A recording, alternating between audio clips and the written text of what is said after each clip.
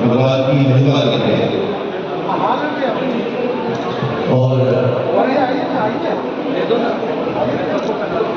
सारी व्यवस्थाएं लगभग पूरी हो चुकी हैं। मैं मंच पर स्वस्ति वाचन हेतु बहुत परम श्रद्धेय हमारे अंकित शर्मा जी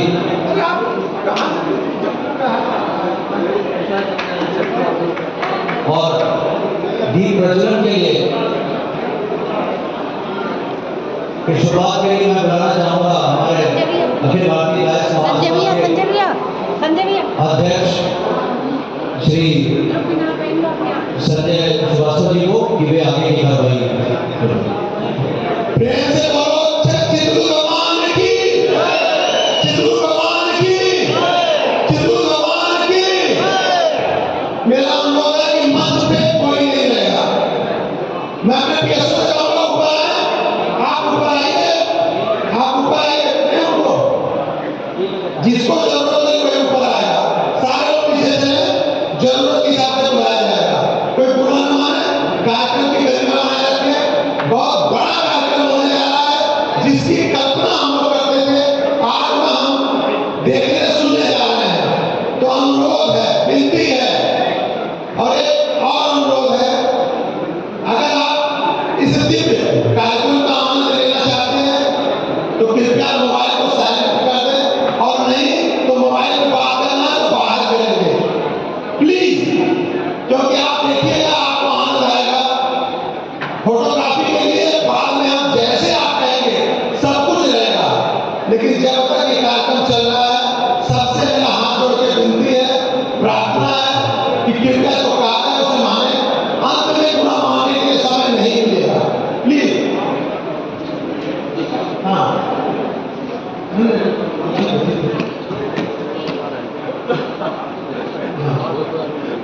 सर्वे स्वामी जी से मैं अनुरोध करूंगा, हमारे राष्ट्रीय अध्यक्ष हम लोग के भैया सुबोध कांत साहब जी को दीप प्रज्वलन के लिए ऊपर लाए। मैं सुशील सक्सेना भी ऐसा कहूंगा, हमारे आचार्य जी को स्वामी सच्चिदानंद जी महाराज जी को ले चले।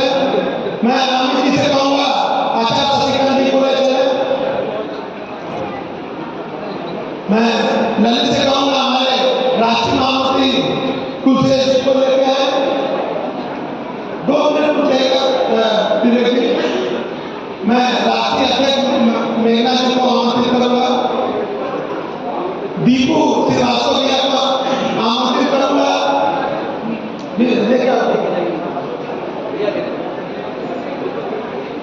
मनीष भैया को लेके आएंगे, हमारे चेन्नई से आए चेन्नई भैया को, संजीव भैया, मेरे पिता के बड़े भाई डॉक्टर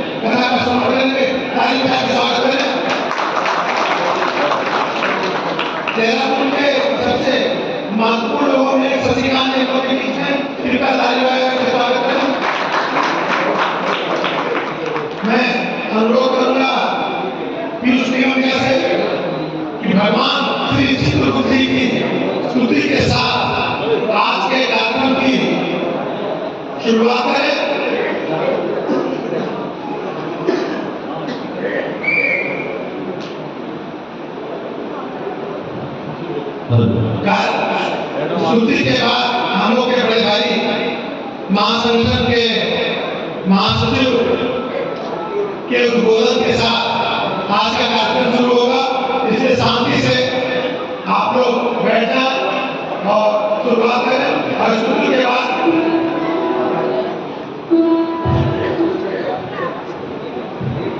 प्लीज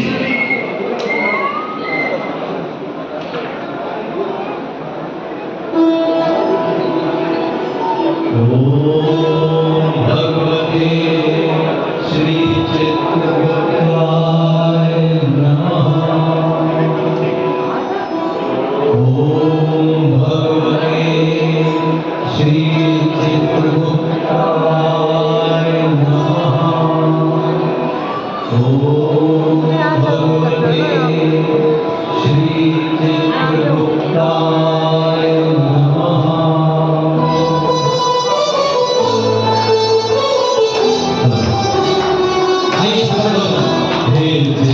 चित्रगुप्त भगवान तुम्हारी महिमा बहुत महान। हे चित्रगुप्त भगवान तुम्हारी महिमा बहुत महान। हम पर रखना प्रभु तुम हो दया निधान, तुम हो दया निधान। हे चित्रगुप्त भगवान तुम्हारी महिमा बहुत महान।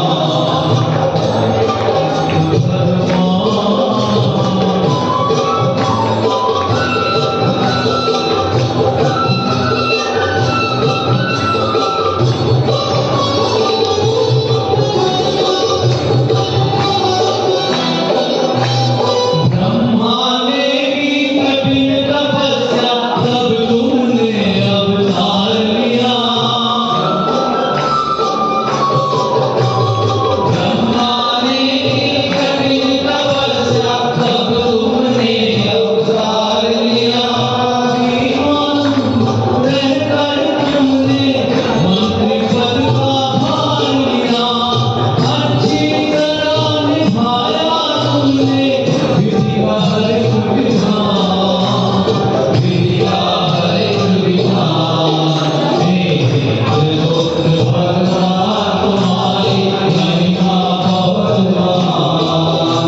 हे चित्रगुप्त भगवान।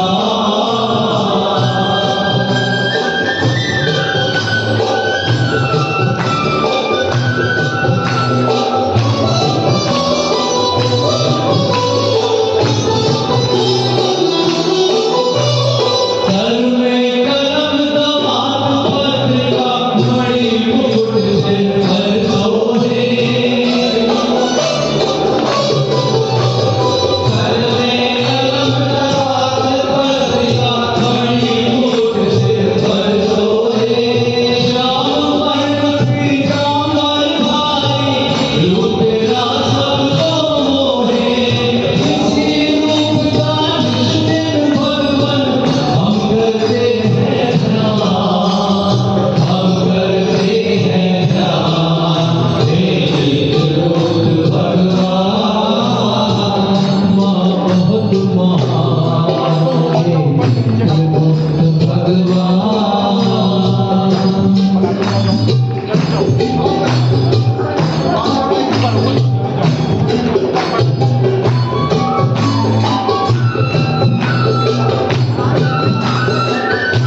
अपने भगवान को तालियों के माध्यम से याद करते हैं और उनके महिमा में खो जाते हैं। पाप पुण्य का लेखा जोखा रखते हो तुम कुछ ऐसा। पाप पुण्य का लेखा जोखा रखते हो तुम कुछ ऐसा। जैसा कर्म करे प्राणी को फल पाता है बस वैसा। सही राह पर सदा चले हम दे ऐसा वरदान, ऐसा जो वरदान। हे चित्रगुप्त भगवान तुम्हारी महिमा बहुत महान। दया सदा हम पर रखना प्रभु तुम हो दया निधान, तुम हो दया निधान। हे चित्रगुप्त भगवान तुम्हारी महिमा बहुत महान। हे चित्रगुप्त भगवान। वो चित्रगुप्त भगवान की, चित्रगुप्त भगवान की, चित्रगुप्त भगवान की।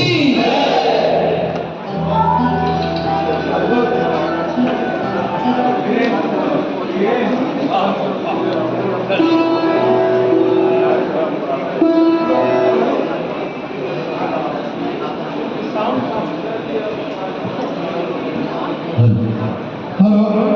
मैं दर्शन देने कहूँगा थोड़ा सा पोजीशन में यहाँ पे है। वहाँ सभी साहब को भोजन होना है, पोजीशन थोड़ा सा इधर का है।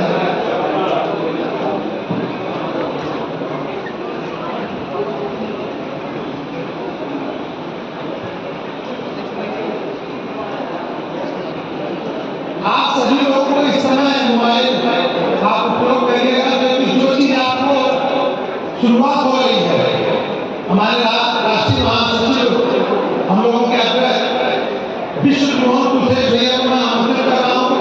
मैं पीयूष भैया से किशोर भैया को ऊपर लाए, साथ में जिन शब्दों का चयन और जिस विषय को लेकर के आपके पास आ रहे हैं, मंच पे आते हैं, मैं चाहूंगा कि आप ताली से मेरा स्वागत हो, क्योंकि वह चीजें आपको मिलेंगी जो आपको हकीकत में उतनी जानकारी नहीं है।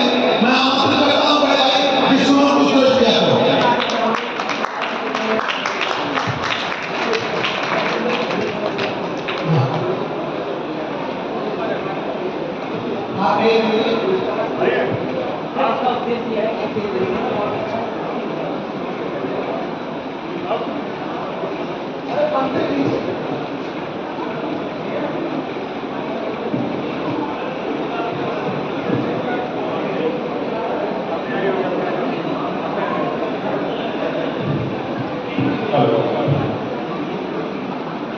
आप आवाज आ रही है? प्रेम से बोलिए भगवान कृष्ण जी महाराज की, कृष्ण जी महाराज की, कृष्ण जी महाराज की। आज के इस पावन भूमि अवसर पर ऋषियों, मुनियों, महर्षियों की तपस्या मां गंगा के तट पर उनके ही प्रांगण में और उनके ही साक्षी इस ऋषिकेश की पावन धरती पर परमात्मा निकेतन के परम पूज्याचार्य जी स्वामी श्री चिदानंद सरस्वती जी महाराज की विशेष अनुकंपा से अखिल भारतीय कायस्थ महासभा देवभूमि उत्तराखंड के हमारे यशस्वी ऊर्जावान सुयोग्य और सक्षम प्रदेश अध्यक्ष श्री संजय श्रीवास्तव जी,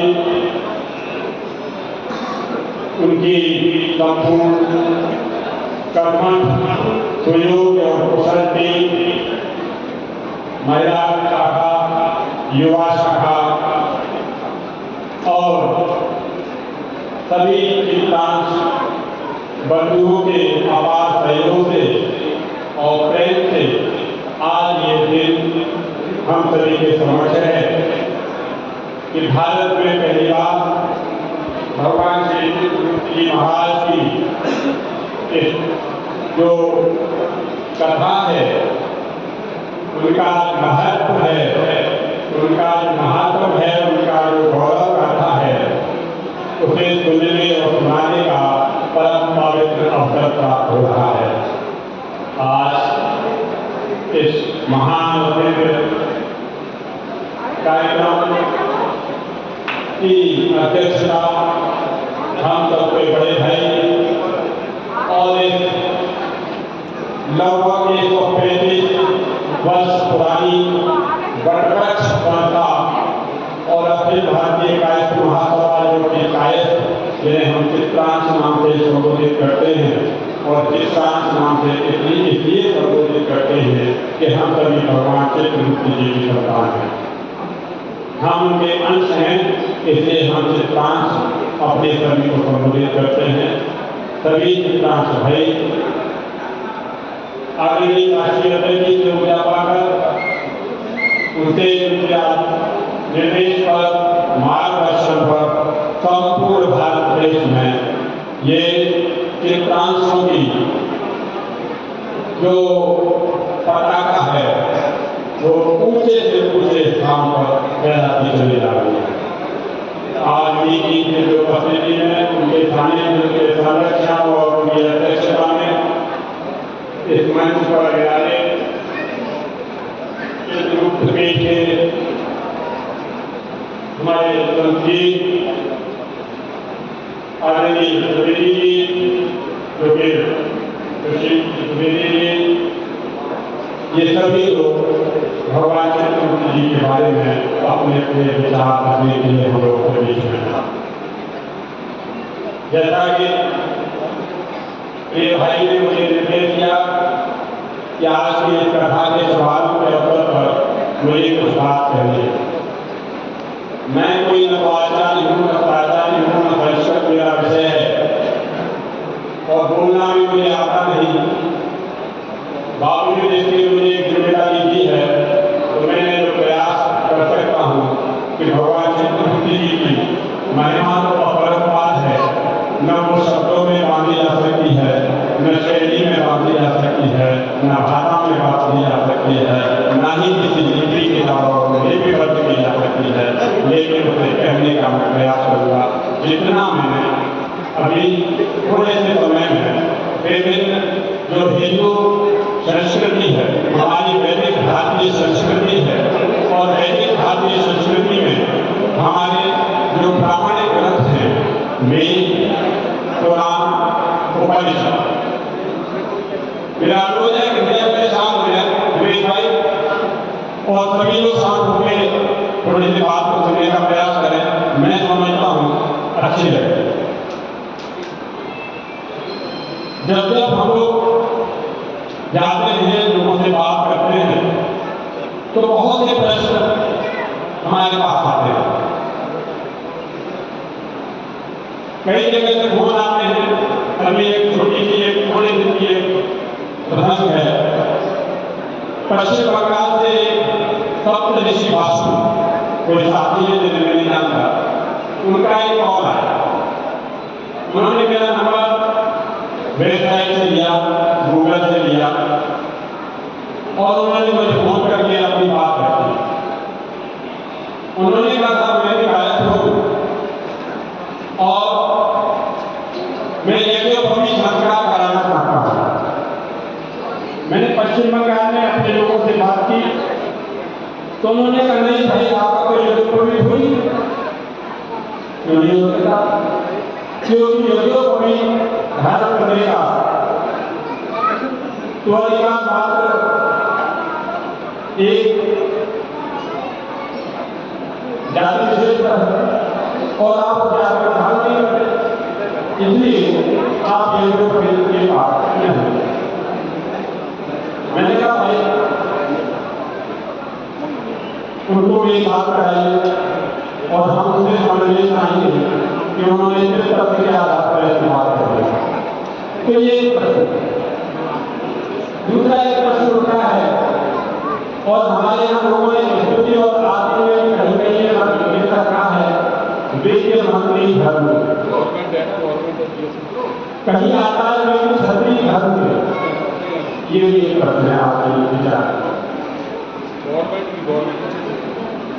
इसके अलावा हमारा समाज स्वयं को ये प्रश्न का उत्तर देने समझ नहीं पाता कि कृषि की जो व्यवस्था है उसमें 4 वर्णों की व्यवस्था की और इस चतुर्वर्ण में हम कहाँ आखिर हम गायकों की उत्पत्ति का स्रोत क्या है। ये ऐसे प्रश्न हैं जो आपके साथ बोला होते हैं और है के सामने आ रहे हैं। एक बार घुमा के ठीक है मेरे सामने हुए, मैंने उन प्रश्नों का उत्तर खोजने का प्रयास किया। हम उन्हीं सारी बातों में जाए जो मानने को तैयार नहीं, किरणों में जाए वो कोई आधार नहीं। तब हमारी पूरी हिंदू संस्कृति आधारों पर चलती है, जिस नियमों पर टिकी हुई है वो वेद, पुराण, उपनिषद और ये स्वयं जो प्रमाणित है। मैं नहीं समझता कि विद्वान लोग मंच पर भी बैठ रहे हैं, सामने भी हैं, कि इसमें किसी तरह का कोई मतभेद होगा कि वेद और पुराणों की वाणी प्रामाणिक नहीं है। हम बताना चाहेंगे कि भगवान श्री चित्रकूट जी महाराज की उत्पत्ति कहते हैं, क्या जरूरत नहीं। और इसमें ही आप एक अनुमान लगाइए, ट्रेन में अपने ध्वनि पर फिट करिए कि आपकी स्थिति क्या है और आप कौन है। कहा जाता है कि संपूर्ण सृष्टि का सृजन करता भगवान ब्रह्मा जी के द्वारा हुआ। उनके मुख से भगवान ब्राह्मण, भुजाओं से क्षत्रिय, उदर से वैश्य और गंगा में शूद्रों की उत्पत्ति कराई। ठीक है, इसमें मैं समझता हूँ किसी का कोई मुद्दाबाज नहीं है। तो फिर आए जो चतुर्वर्ण में ये कहीं की बात नहीं कहते हुए ये विषय बड़ा समझने का है और आपके लिए गौरवशाली भी है और आपका स्थान कहाँ है इसको समझने का। जब संपूर्ण सृष्टि का सृजन हो गया और सृजन के उपरांत सृष्टि का आवागमन जो आया है वह जाएगा प्रारंभ हो गया। लोग अपने हिसाब से कर्म और अकर्म करते रहे, लेकिन जाने के बाद मृत्यु के उपरांत जब वो उनके बारे में हुआ जिसने बहुत अच्छा किया, जिसने ऐसा किया वैसा किया और उस सबको एक ही जगह भेजा जाने लगा, उन्होंने कहा फिर सत्कर्म और दुष्कर्म की फिर सब हटा देना चाहिए, बात ही हटा देना चाहिए। लेकिन ऐसा तो नहीं। ये समस्या आई ब्रह्मा जी के पास कभी बात पहुंची और उन्होंने अपनी चिंतन को लेकर 11,000 वर्ष तक तप किया। 11,000 वर्ष कि तब ध्यान की अवस्था में जब उनकी ध्यान अवस्था भंग हुई तो उन्होंने देखा कि उनके समक्ष एक श्याम वर्ण हाथ में परंपरा लिए हुए आदि दैनिक विमान मस्तिष्क बहुत ही प्रतिभावान व्यक्ति सामने रखे, जिसकी उत्पत्ति को स्वयं ब्रह्मा जी भी एक बार के लिए न समझ पाए। उन्होंने स्वयं उस युवक से पूछा कि आप कौन हैं, अपने बारे में बताइए। तो सामने उपस्थित दिव्य बालक ने बताया कि मैं आपकी ही चिंतन की अवस्था थी, मन, बुद्धि, चित्त और अहंकार। मन के ऊपर बुद्धि की उपस्थित और जब कोई व्यक्ति विचार चित्त होता है, चित्त होती है, एक विचार को लेकर वो तपस्या हुए 11 वर्ष तक ध्यान किए और ध्यान की अवस्था में उनके संपूर्ण काया से उनकी विवेक की शक्ति जब जागृत थी तब वो पुरुष का प्राकट हुआ। तो आप समझ सकते हैं और उनका नाम भगवान तब भगवान ब्रह्मा जी ने उन्होंने कहा आप मेरी चित्त की गुप्त अवस्था में मेरी संपूर्ण काया से प्रकट हुए हैं और उस समय प्रकट हुए हैं जब मैं ज्ञान की विशेष अवस्था में था, ध्यान की विशेष अवस्था में था, तो आपका नाम चित्रगुप्त हुआ। और क्योंकि आप मेरी संपूर्ण काया से प्रकट हुए हैं और पूरी काया लेकर प्रकट हुए हैं तो आपके वंशज काया पैदा। एक और बताना चाहूंगा, श्रीमद् भागवत पुराण में ब्रह्मा जी का एक नाम का एक का आया। भगवान जी ब्रह्मा जी का एक नाम का भी है और जब ब्रह्मा जी ने कहा कि मैं एक भूत को हो जाऊं तब वो काय बने और उनकी काया से काया शब्द आया और उनकी काया से मैं जो स्थित था वो सामने प्रकट हुआ, जो उनकी स्थिति में थे वो जब प्रकट हुए तो वो काया हो गया। ये है आपकी स्थिति। 5 इंद्रियां होती हैं, ज्ञान इंद्रिय और 5 कर्म इंद्रिय और 5 कर्मेंद्रिय 5 ज्ञानेंद्रिय के ऊपर होता है मन 11 और मन के ऊपर चित्त, मन बुद्धि और चित्त। और वहां जाके जब मैं प्रजापति ब्रह्मा ने संपूर्ण सृष्टि का सृजन किया, वो एक संपूर्ण सृष्टि के लिए एक व्यवस्था बनाने के लिए चिंतित होता है, विचारमग्न होता है और ध्यान की अवस्था में 11,000 वर्ष तक रहने के बाद तब भगवान चित्रगुप्त जी की प्रकट होते हैं। तो आप सोचिए कि वो बुद्धि, विवेक, ज्ञान की शक्ति के साथ प्रकट हुए, जिनके आप वंशज कहलाते हैं, आप चित्रांश कहलाते, उनके अंश कहलाते। तो यही कारण है कि कायस्थ जाति को लोग बुद्धि और विवेक में सर्वोत्कृष्ट मानते हैं। मैं समझता हूं कि धुरेन्द्र जी का कोई अभी तक विरोधाभास नहीं। हर जाति बिरादरी जो हमारी धरती पर व्यवस्था है, वो कहते हैं कायस्थ लिखने पढ़ने में बहुत दिक्कत होता है।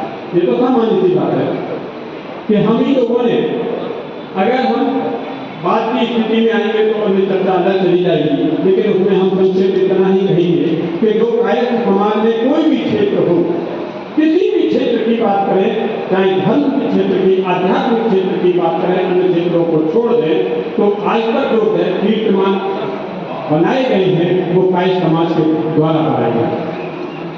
छोटा सा उदाहरण स्वामी विवेकानंद जी का है। इसके अलावा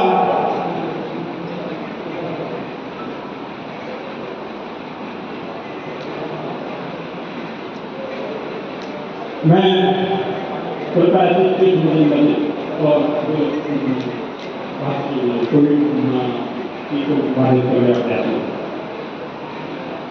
बोलो बोले या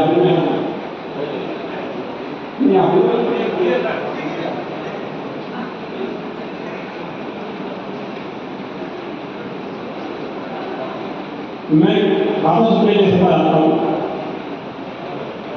कि जब आपकी उत्पत्ति, आपके जहां से आप प्रकट हुए, भगवान चित्रगुप्त जी के आप वंशज हैं, तो आप जन्म के साथ ही प्रतिभाशाली होते हैं, इसमें कहीं कोई विरोधाभास नहीं। और यही कारण है कि हमें जो जन्मसिद्ध बौद्धिक अधिकार प्राप्त हुआ, लोगों ने तरह तरह के मिथक समाज में डालने का प्रयास किया, लेकिन भ्रम, मिथक या कुचेष्टाएं बहुत ज्यादा लंबी दूरी तक नहीं जाती। तो मैं यही बताना चाहता हूं कि हमें ये समझ लेना चाहिए कि हम उस परमेश्वर जो अनाद है, अनंत है, जो कभी न खत्म होने वाला है, उस पारब्रह्म के अंश है। तो निश्चित रूप से हर जन्म के बाद बौद्धिक शक्ति लेकर प्राप्त है। मैं बताना चाहूंगा कि कई जगह इस तरह के एक और बात, लोग कहते हैं कि चित्रगुप्त जी लेखक हैं, मुंशी हैं, मुनि हैं, और हमारा समाज इस चीज को स्वीकार करता है, मानता है, बढ़ेगा। हम स्पष्ट करना चाहेंगे कि पद्म पुराण में उत्तरखंड में मृगशंग ऋषि का एक प्रकरण आता है, संदर्भ आता है, प्रसंग आता है। उसमें स्पष्ट उल्लेख है, ओम यमाय धर्मराजाय मृत्यवे अंतकाय च वैवस्वताय कालाय सर्वोत्थाय च औदुम्बराय पदनाय लीलाय परमेश्वरा ब्रह्मोदराय चित्राय चित्ररूपाय नमः। अर्थात एक उदाहरण से मैं फिर आपको जाऊंगा, उदाहरण का हर जिले में एक व्यक्ति होता है, IAS अधिकारी, जिसे कलेक्टर कहते हैं, जिसे डिस्ट्रिक्ट मजिस्ट्रेट भी कहते हैं, जिसे जिलाधिकारी भी कहते हैं, और इसके अलावा वो कई अन्य अधिकारी होते हैं, एजेंसी होते हैं, उनका वो चेयरमैन होता है, चेयरपर्सन। ठीक इसी तरह से भगवान चित्रगुप्त एक ही शक्ति है, वही यमराज है, वही धर्मराज है, वही वैवस्वत है, वही अंतक है, वही नील है, वही परमेश्वर है, वही चित्र है और वही चित्र है। अलग नहीं है, क्योंकि वो अलग अलग विभागों को देखने के लिए अलग अलग नामों से वो विभूषित किए गए हैं। अलग अलग शक्तियों के प्रयोग करने पर वो अलग अलग नामों से विभूषित किए गए हैं। इसलिए ये भ्रम पैदा होता है कि यमराज, धर्मराज, चित्रगुप्त, वैवस्वत ये सभी अलग हैं, वास्तव में वो एक है। देखते हो, इसलिए यदि अब कभी इस तरह का प्रश्न आए तो आप स्पष्ट रूप से कहिए कि ये धारणा आपको बदलनी होगी कि यम, धर्मराज, यमराज या चित्रगुप्त जी अलग, वो एक ही शक्ति का नाम है, बस वो अलग अलग नामों से अलग अलग विभागों का कार्य करता है।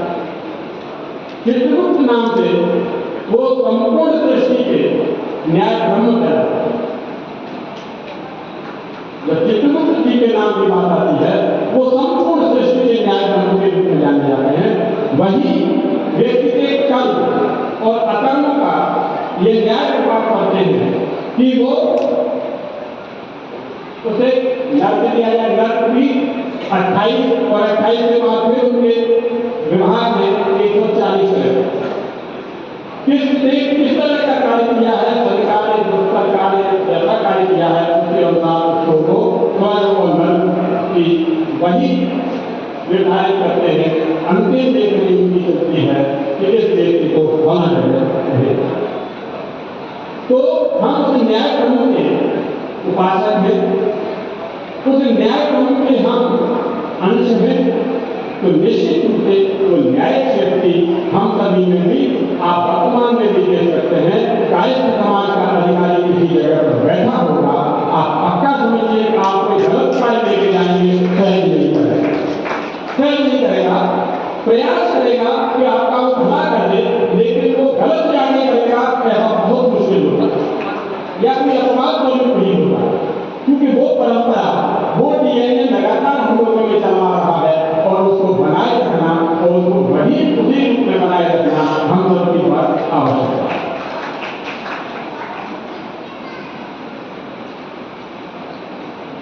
इसके साथ साथ एक और बात, वेद, पुराण, उपनिषद सभी पहले श्रुति और स्मृतियों के रूप में थे।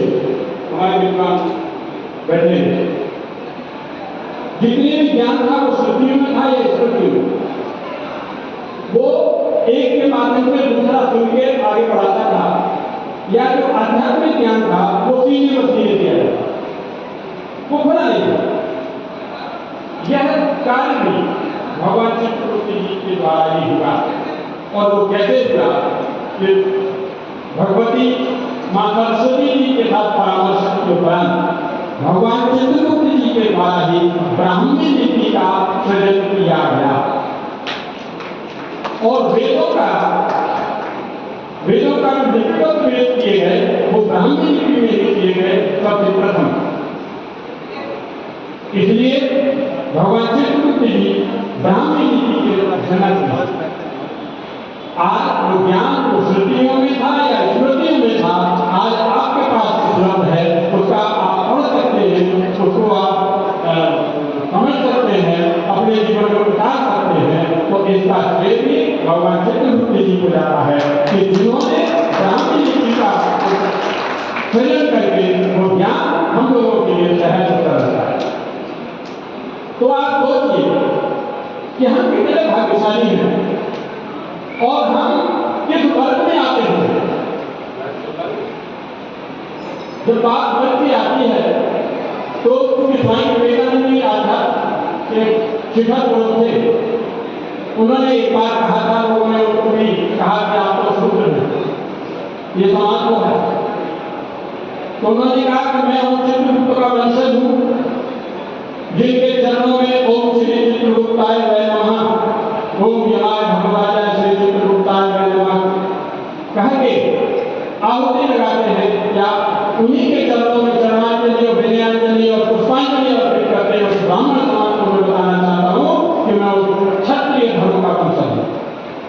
उन्होंने गाय समाज की छात्र के धर्म की बात कही, क्योंकि उन्होंने कहा तो उसमें हम बहुत ज्यादा विचार नहीं कर सकते,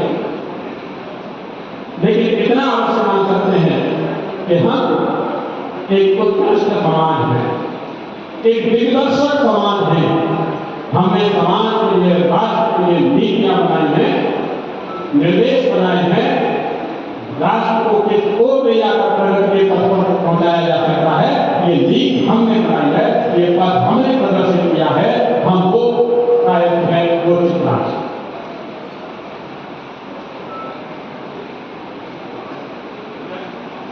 इसके बारे में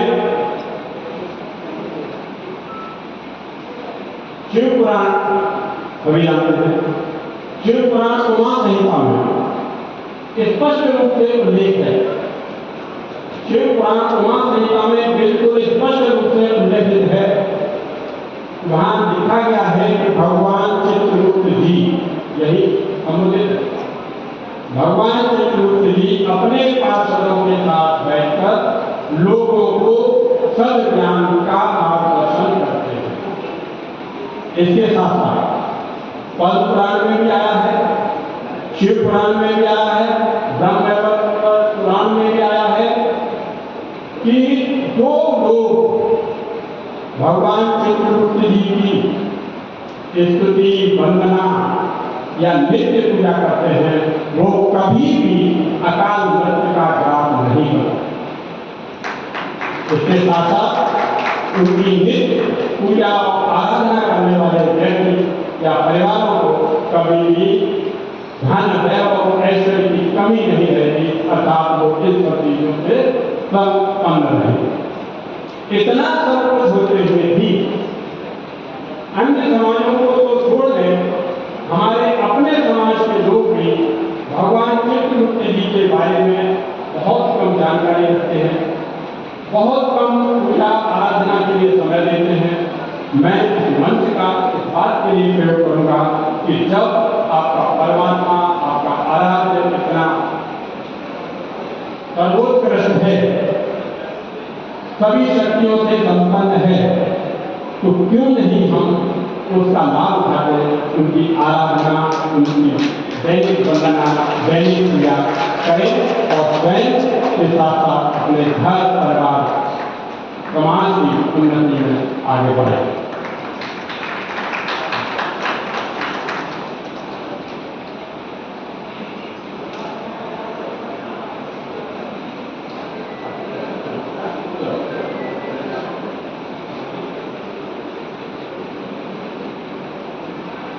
एक बात कहते मैं अपनी बात ऐलान करूँगा।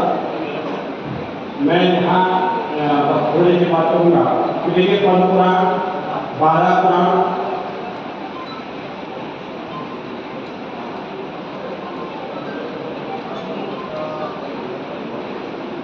शिव पुराण, स्कंद पुराण, गरुड़ पुराण, मत्स्य पुराण, देवी भागवत, भविष्य पुराण, सभी जगह पर भगवान चित्रगुप्त जी के प्रसंग हैं। और नारद पुराण और महाभारत के अनुशासन पर्व में तो यहाँ तक है कि जिस समय पितामह भीष्म सरसैया पर लेटे हुए थे और उत्तरायण की प्रतीक्षा कर रहे थे, तब यानी कि अंतिम अवस्था है उनके जीवन की, और उस समय भी उन्होंने किसी को याद किया तो दो ही लोगों को याद किया, या तो कन्हैया को या भगवान चित्रगुप्त जी। उन्होंने उस समय कहा कि मुझे भगवान चित्रगुप्त जी के बारे में बताया, और उन्होंने वहां आराधना की।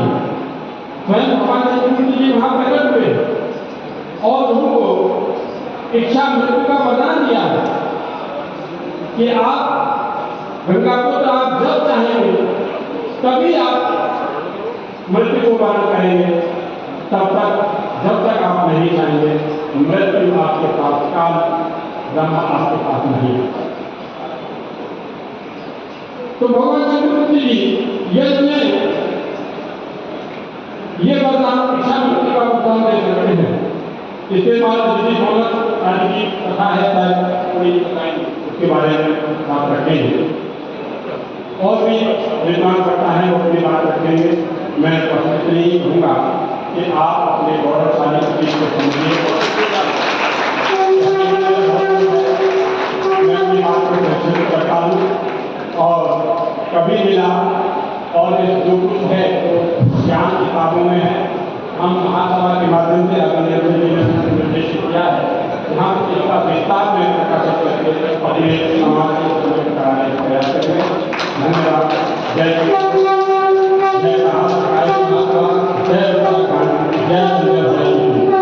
बहुत बहुत धन्यवाद विश्वनाथ जी। समय की थोड़ी सी बाध्यता है क्योंकि विष्णु की तैयारी बहुत अच्छी थी और हम चाहते नहीं थे सुनने और सुनेंगे थे। ये कथा अगली बार 3 दिन की होगी। कई लोग मेरे पास आकर के अनुरोध किए हैं। कथा प्रारंभ होने वाली है। मैं चाहता हूँ कि आशीर्वचन के रूप में हम लोग के अग्रज, हम लोग के अभिभावक सुबोध गांधी आए और हम लोग को 2 शब्द आशीर्वाद के रूप में सुबोध गांधी आए।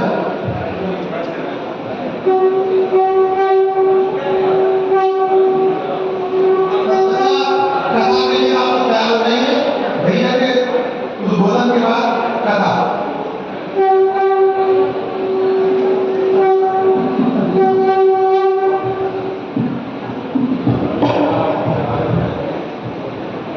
अपने कैमरा डाले दीपू पूरा रिकॉर्ड करेगा। कार्यक्रम पूरा रिकॉर्ड भैया का पूरा रिकॉर्ड। बहुत बहुत धन्यवाद हमारे भाई। इतना बड़ा कार्यक्रम से उनकी सोच का आज नतीजा है कि मंच पे हमारे पिछले 108 चित्रकूट पीठाधीश्वर हमारे सच्चिदानंद पशुपति जी महाराज जो प्रभु चित्रकूट भगवान के आश्रम के कर्ता धर्ता क्रिएटर और अपने आप को पूरी तरह से अपने इष्ट देवता के लिए समर्पित है। मंच पे दूसरे श्रद्धेय और आदरणीय श्री शशिकांत दुबे जी महाराज जो इस देवभूमि में धर्म और कर्म के प्रतीक है। हमें खुशी है कि हमारे महामंत्री अखिल भारतीय राज्य महासभा के विश्वमोहन कुलश्रेष्ठ जी सही में कुलश्रेष्ठ है। उन्होंने जितना व्यापक तौर पे अपने इष्ट देवता के चिंतन से लेकर के उनका महत्व और वो तो अपने आप में ऐसे देवबंद के लिए भी समझ में आना चाहिए कि चित्रकूट भगवान पर निगाह होकर रखने वाले हैं। तो धरती पे जहां भी ब्रह्मांड होगा, जहां वो सारे जीव जंतु के देखा जोखा रखने वाले सिर्फ मानव जाति का ही नहीं, पूरी रिसाइकलिंग जिसको कहा जा सकता है कर्म के आधार पर अगर करने वाले हैं तो प्रभु चित्रकूट भगवान की दूसरी व्याख्या की। और मैं समझता हूँ ये मंच जो आज सुशोभित होने जा रहा है, चिदानंद जी महाराज की मंच पे जिन्होंने कहा था कि 44 साल पहले हमें यूएस में चित्रकूट भगवान की कथा कही। ये जो हमारे धर्म गुरु ज्ञान के प्रति, कर्म के प्रति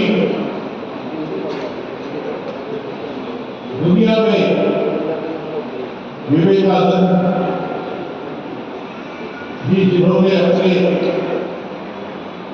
चित्रगुप्त भगवान के वंशज का सही में व्याख्या किया कि हम भी जाति में आते हैं, वो तमाम लोग आज आपके प्रेरणा के स्रोत में यहाँ है।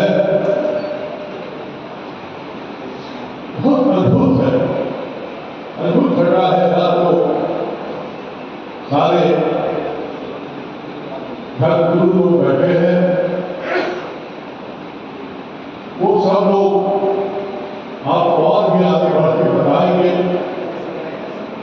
मेरे विश्वास नहीं है, आपको बधाई देना चाहते हैं। सही में इतना आपने ज्ञान कोई इन्वॉल्व बहुत कम लोग होते हैं सीख करके, और पढ़ते तो हम लोग भी हैं, लेकिन समझते कितना है ये बात करता है। आप ऐसे साथी पढ़ते भी हैं और समझते भी हैं। हमारे सुशील सक्सेना जी, अमित श्रीवास्तव जी, सौरभ आसू जी, वीरेंद्र सक्सेना जी, इनकी पूरी टीम, रविशरण जी, डॉक्टर वीके निगम जी, निदेश सक्सेना जी,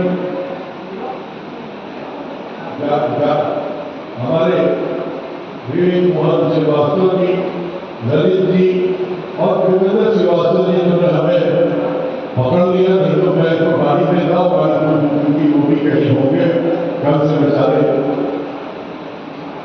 श्रीवास्तव साहब जीएम ब्लॉक के एसबीआई बैंक के हैं, और सभी हमारे प्रदेश के सम्मानित अध्यक्ष, राष्ट्रीय नेतृत्व। ये जो शुरुआत आज मां गंगे को प्रणाम करते हुए हो रहा है कि चित्रगुप्त कथा महाराज, चित्रगुप्त कथा जैसे आप गीता भागवत राम कथा कहते हैं, वैसे ये देवभूमि से आज शुरुआत हो रहा है। और प्रदेश के जो लोग आए हैं उनसे मैं कहूंगा कि अपने शहर में, अपने राज्य में जो कास्ट महासभा का संगठनात्मक स्वरूप है, उसकी जिम्मेवारी बनती है कि चित्रगुप्त कथा का जो टीम है ये पूरे देश में घूम करके और भी आपके आज समाज में धार्मिक तौर पे हमारे गुरुओं की कमी नहीं है। इतिहास गवाह वर्तमान में भी ये तमाम लोग का एक स्वरूप बना दिया जाएगा। कैसे ये चित्रगुप्त कथा रहेगी, कैसे होगा, लेकिन कास्ट महासभा का एक मुख्य कार्यक्रम के तौर पे आज से शुरुआत होने जा रहा है।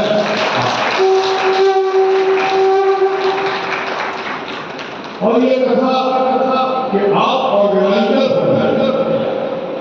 इसके करता धरता हो गया, लेकिन ये कथा समाज के हर वर्ग के लोगों को उसमें शामिल कराने का निमंत्रण देना चाहिए और देना होगा। चित्रगुप्त भगवान की 2-3 जो हमारी तिथियां हैं जिस पर हम उनकी आराधना करते हैं, और उन तिथियों को भी एक सामाजिक कार्यक्रम के तौर पे करना हमारा दायित्व होगा। सिर्फ कास्ट समाज हमको गौरव है कि हम उनके वंशज हैं, लेकिन जैसा मोहन जी ने कहा और जैसा अभी आप सुनेंगे, अभी तो बाकी है हमारे धर्म गुरुओं का कि जितने भी समाज के अंग हैं वो सबके न्यायकर्ता अगर है तो हम लोगों की इष्ट देवता चित्रगुप्त भगवान। तो इसलिए मैं कहना चाहता हूं साथियों कि ये कार्यक्रम भी क्योंकि हम सामाजिक संगठन है, जो समाज के नई पीढ़ी को जो बहुत अपने आप को व्यस्त करते हैं, उन लोगों को भी मोटिवेट करने की जरूरत है, उनको भी इसमें पूरी रूप से आत्मसात करने की जरूरत है। और ये मैं नहीं जानता था सही में संजय भाई कि आपके गुण तो हुनर तो है, लेकिन इतना सारा आपके हुनर है ये नहीं जानता था। कितना खूबसूरती से हम लोग बहुत सारे प्रोग्राम करते रहते हैं, लेकिन आज का प्रोग्राम ये एक तरह से memorable chapter of the ABPM का है, जिसको आपने शुरुआत किया है। इतना खूबसूरत आज यहाँ से लौट के जाइएगा तो निश्चित तौर पे आप एक बात कहिएगा कि बहुत शांति और बहुत समृद्धि लेकर के आ रहे हैं हम आज इसी पेज से। इसको आगे बढ़ाना है, इसको आगे बढ़ाना है। धर्म हम रचना समाज का कर रहे हैं, ध्यान कर रहे हैं, इष्ट देवता को जिसको भूलेंगे। एक कहावत है कि काश कौमी अपना गांव छोड़ देता, अभी जमीन छोड़ देता। अरे जमीन छोड़ देते हो, लेकिन अपने इष्ट देवता को तो मत छोड़ो, जिसके हम वंशज हैं, जिस पर हमको गर्व होना चाहिए कि दुनिया के न्यायाधीश जो है उनका फैसला आखिरी फैसला होता है। हम उनको कैसे छोड़ें, उनको कैसे छोड़ें? हमारे अंदर इन्हीं का तो गुण है कि यहाँ खड़ा होते हैं लोग गिनती से आज सरकारें बनाने लगे, लेकिन उस सरकार और समाज को चलाने का कौन काम करता है? जो हमारे इस देवता के वंश नहीं करते हैं। इनके बिना नहीं चलता, नहीं चलता। और इसीलिए जितने महान व्यक्तित्व हुए देश की आजादी की लड़ाई से लेके आज तक, यहाँ वो तमाम लोग जिनको भगवान के वंशज।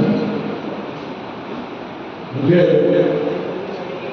इतनी अच्छी कार्यक्रम में मेरा बोलना तो बहुत ज्यादा नहीं है, लेकिन मैं संगठन करता के होने के नाते आपसे कह रहा हूँ, सोचिए किस तरह से आप ये व्यापक चित्रगुप्त कथा, चित्रगुप्त भगवान की कथा, इसकी शुरुआत कीजिए। इसी में मेंबरशिप भी हो जाएगा, इसी में संगठन का काम भी हो जाएगा, इसी में संघर्ष का काम भी हो जाएगा, इसी में हिस्सेदारी का काम भी हो जाएगा। अयोध्या में नहीं, हम तो काशी मंदिर में जाके हो गया है, जहाँ हजारों हजार साल पुराना तमिलनाडु में चित्रगुप्त भगवान के मंदिर काशी। आप कश्मीर में अभी मैं परसों था, वहां पर चित्रगुप्त भगवान का मंदिर उस हजारों हजारों साल पुराने इतिहास का गवाह है। तो आप यहाँ रवि मिले बैठे हैं, मैं जैसा कह रहा था कि पूरे दक्षिण भारत में और ये तमाम इलाकों में मूल रूप से जो है भागी चाहे वो बुनियाद काज हो, चाहे वो गन्नम काज हो, चाहे सिस्मी गन्नम काज हो, आंध्रा, तमिलनाडु, केरला, हमारा पौंडीचेरी, कर्नाटक, हर जगह के काज महासभा का संगठन है। और वो कोई अभी श्रीवास्तव जी के नाम से नहीं है, वहां का मूल जो काज है वो लोगों का संगठन है। तो ये मैं समझता हूँ दक्षिण भारत में भी जब इसको एक प्रवचन के रूप में भाग लिया जाएगा तो लोगों का जो लोग ट्रैवलर है, ये जो आज जो नया नहीं है, ट्रैवलर ही है जो वहां पे चाहे वो घर कास्ट हो गए होंगे, चाहे वो अवध कास्ट हो गए होंगे, पूरा इतिहास जो है कश्मीर का वो श्रीवास्तव कास्ट का। इस तरह से तमाम लोग है जो ट्रैवलर रहे हैं, वो दसों हजार साल से वो वहाँ पे उनका नाम घर शहर वहाँ के अनुसार बदलता है। तो संगठन पे कल हम लोगों ने बात किया, आज हर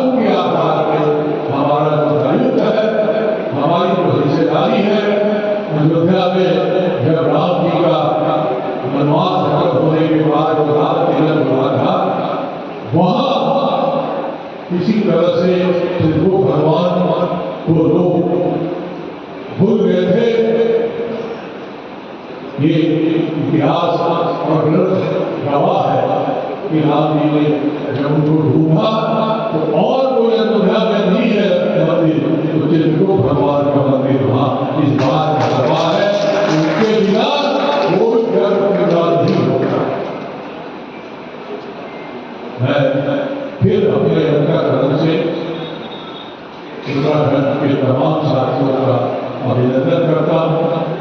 आज वो तमाम हमारी सरकार के माताएं बहनें और सभी सम्मानित लोग हैं, उनका अभिनंदन करता हूँ। मंच पे ऐसे हमारे जो प्रेरणा स्रोत और जिस पर गौरव है हमें, वो लोगों का अभिनंदन करता हूँ। और एक धार्मिक शिखा महाराज, ये धार्मिक शिखा का परंपरा बढ़ाना आपको है। बहुत से कार्यक्रमों में भी आपको लाइव कैमरा मिल जाएंगे और उसकी भी दिखाई को आप पीछे चलिए। इसी तरह शब्दों के साथ फिर एक बार महागणपति को प्रणाम करता हुआ अपने इस देवता को प्रणाम करते हुए मैं आपसे अनुरोध करूंगा। चित्रगुप्त भगवान की, चित्रगुप्त महाराज की, भगवान की, संतन की। बहुत बहुत धन्यवाद भैया। अब वो पल आ गया है जिसका हम लोग 2 महीने से इंतजार कर रहे थे। ध्यान लगा के दिल थाम के बैठिए और एक बार जयकारा लगना चाहिए हमारे उस शख्स के लिए जो अब हमें वो चीज बताएगा तो हमें चाहिए, इसी जानकारी चाहिए। स्वामी सच्चिदानंद पशुपतिनाथ महाराज की, स्वामी सच्चिदानंद पशुपतिनाथ महाराज की, स्वामी सच्चिदानंद महाराज की। मैं सर महाराज जी अनुरोध के साथ आपसे अनुरोध विनती करूंगा कि आज एक कथा का प्रारंभ किया जाए।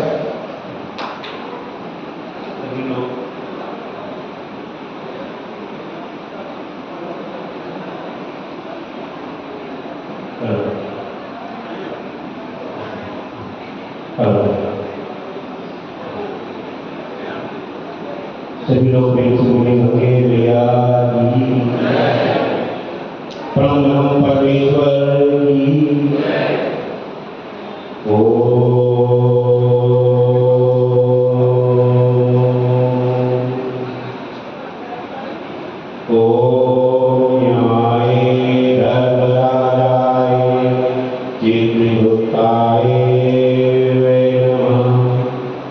आप सभी लोग हमारे साथ 3 बार समाज का उच्चारण करेंगे।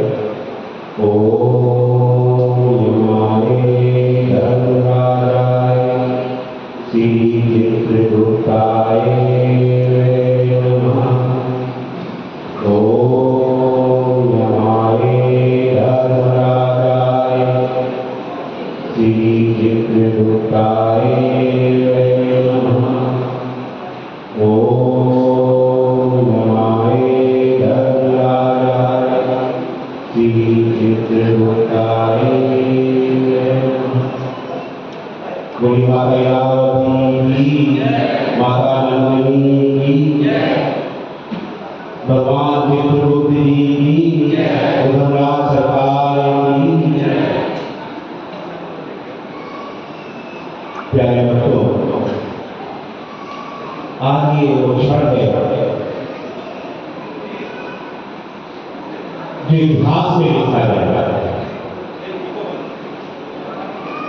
कि प्रभु की दिव्य कथा आप सभी लोग मां गंगा के तट पर आज श्रवण करने आए।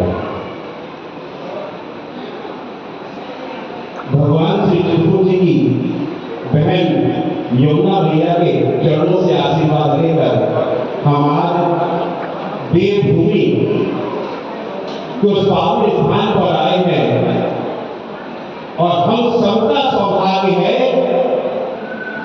कि प्रभु की ये दिव्य कथा आप लोग मां गंगा के तट पर बैठकर श्रवण कर रहे हैं।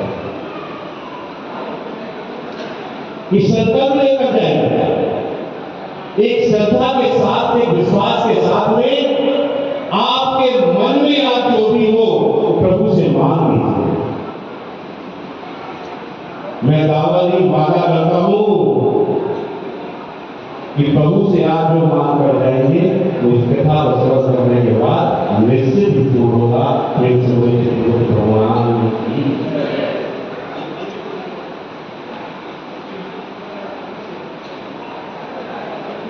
आज मुझे सबसे बड़ी खुशी तो इस बात की हुई कि आज संजय श्रीवास्तव जी ने अखिल भारतीय गायक महासभा के सुंदर समागम का जो कार्य किया है वो भी कथा के साथ किया है, उसके लिए मैं हृदय से आपको धन्यवाद साधुवाद करता हूं। और सबसे ज्यादा इस बात का हुआ कि आज मंच से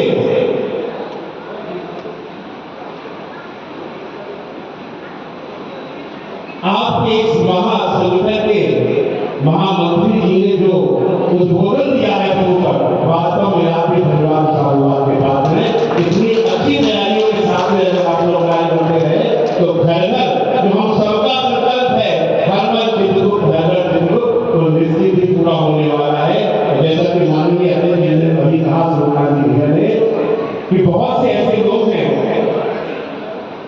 जो पूर्ण समय दे सकते हैं, तो हमें दिखाई देने लगा विस्मोल प्रोसेस जी में कि कथा के लिए जब हमें लोगों को तैयार करना है तो विस्मोल प्रोसेस जी को व्यवस्था करना होगी। बहुत सुंदर व्याख्यान किया आपने, बहुत सुंदर तरीके से आपने प्रभु की महिमा का वर्णन किया। हम आज तुम्हें श्री चित्रगुप्त की कथा सुनाते हैं, हाँ कथा सुनाते हैं, क्या कहते वेद पुराण सभी प्रमाण बताते हैं, हम गाथा गाते हैं। हम आज तुम्हें श्री चित्रगुप्त की कथा सुनाते हैं, हाँ कथा सुनाते हैं, क्या कहते देव ऋषि मुनि सभी प्रमाण बताते हैं, हम गाथा गाते हैं। प्यारे भक्तों, हम सबने प्रभु की बहुत सी महिमा जिसने जैसी गाथा सुनाई हम उस पर विश्वास करते थे। आज इस कथा को सुनने से पहले हम सभी को एक मूल रूप का ध्यान रखना है। जिस कुल में जिस धर्म में हमने जन्म लिया है सनातन धर्म, वो कर्म प्रधान है। सनातन धर्म में जो कुछ मिलता है वो कर्मों के आधार पर मिलता है। तो आज आपके प्रभु की महिमा क्या है और क्यों कब तीनों देवों को प्रभु का अवसर पड़ी, और इस कथा के माध्यम से आप एक एक शब्द कैसे बोल रहे हैं।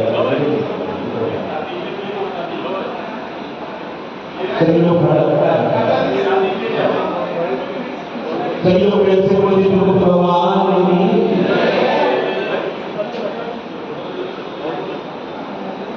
ईश्वर एक है, परम शक्ति परम परमेश्वर। जब परम परमेश्वर ने इस सृष्टि संरचना का संकल्प लिया कि एक सुंदर सृष्टि होनी चाहिए, तो सर्वप्रथम उन्होंने अपनी शक्ति को तीन रूप में विभाजित किया। जो तीन रूप साकार रूप से आए, जो ब्रह्मा विष्णु महेश से आए। ब्रह्मा जी का कार्यभार सरस्वती के साथ सृष्टि संरचना का है, श्री नारायण का मां लक्ष्मी के साथ लालन पालन का है, और प्रभु श्री महादेव का मां सती के साथ हम सबको मोक्ष प्रदान करने का है। तीनों देव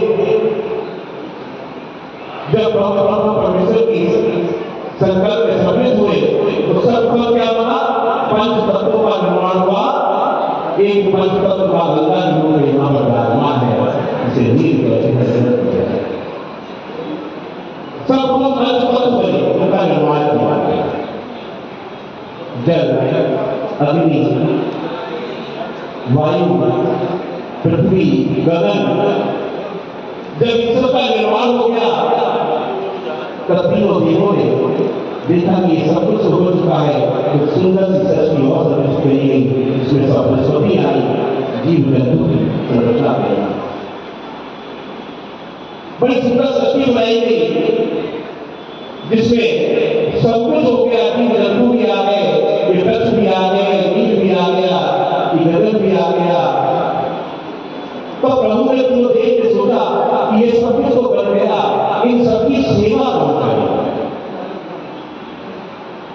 तब प्रभु ने सबसे सुंदर काया का निर्माण किया जो हम सबको मिली है, ये मानव काया सिर्फ सेवा के लिए हम सबके लिए।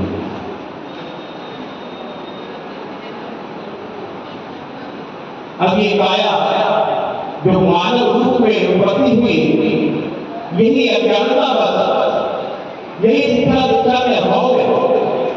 जिसकी सेवा के लिए प्रभु ने भेजा था, उन्हीं का संहार करने लगे, उन्हीं पशु पक्षियों का भक्षण करने लगे, उन्हीं बच्चों को काटने लगे, उन्हीं जीव जंतुओं को परेशान करने लगे, उन्हीं इतनी सुंदर सृष्टि को जब इस स्थिति को जब लोग देखा होगा चिंतन करने लगे, ये क्या होगा? जो सबसे सुंदर मानव की संरचना बनी और सेवा के लिए बनी, आज वही तत्वाचारी हो रहा है।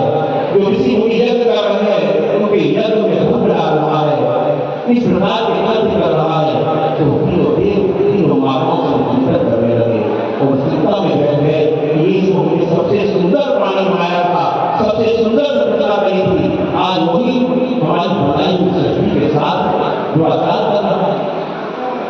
तीनों देव को माताओं के साथ चिंतन कर रहे होते हैं, तब वहां पर ऋषि मुनि नारद की तरफ होते हैं, नारायण नारायण। हे प्रभु, आप तीनों देव तीनों माताओं के साथ क्या चिंतन कर रहे हैं? जब ब्रह्मा जी नारद मुनि को वहां देखते हैं, थोड़ा क्रोधित होते हैं, कहते हैं पुत्र, यदि तुम्हें कोई आज विशेष कार्य ना हो तो अभी यहाँ से चले जाओ, क्योंकि हम किसी गहन चिंता पर इस समय चिंतन कर रहे हैं। नारद मुनि मन मुस्कुराते हुए कहते हैं, नारायण नारायण।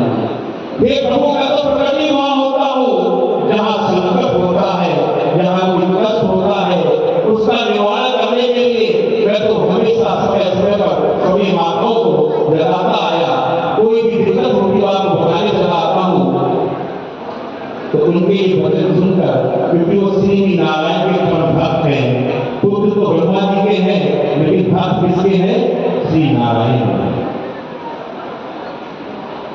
कहते हैं, हे नारद मुनि, अगर आपको मालूम ही है किसी चिंता में बैठे और चिंतन कर रहे हैं, तो अगर आपके पास इस समस्या का समाधान है तो आप ही बताएं। नारद जी मुस्कुराते हुए कहते हैं कि हे प्रभु, देखिए हम लोग कभी कोई मोहल्ले में, क्षेत्र में, गांव में, शहर में कोई किसी की बिजली करने से कह रहा है तो उसका पास लाते हैं, तो नारद मुनि बना हुआ होता है। अगर नारद मुनि ना होते तो शायद आज हम ही मानते। उन्होंने हमेशा जब जब संकट आया देवों पर, तब तक देवों को जाकर जगाने का कार्य किया। जब जब संकट आया, चाहे मृत्यु लोक पर आया हो, चाहे देव लोक पर आया हो, उन्होंने जाकर सभी देवों को जाएगा। तो नारद मुनि प्रभु के ऐसे वचन सुनकर बड़े प्रेम भाव से कहते हैं कि हे प्रभु, आप जिस विषम परिस्थिति पर इतना चिंतन कर रहे हैं, जो समस्या आपके सामने खड़ी है, आप इन तीनों माताओं से पूछ लीजिए, यही आपको समस्या से निकलने का समाधान बता सकता है। अब तीनों देव ऐसे वचन सुनकर तीनों माताओं को निहारने लगते हैं कि हम कब से पूछ रहे हैं, हम चिंतन कर रहे हैं, और ये चिंता का, इस चिंतन का जब समाधान ही माताओं के पास है, तो नहीं बता रही है, तब मंद मुस्कुराते हुए मां सरस्वती कहती है कि हे प्रभु, जब ब्रह्म परमेश्वर ने सृष्टि संरचना का संकल्प किया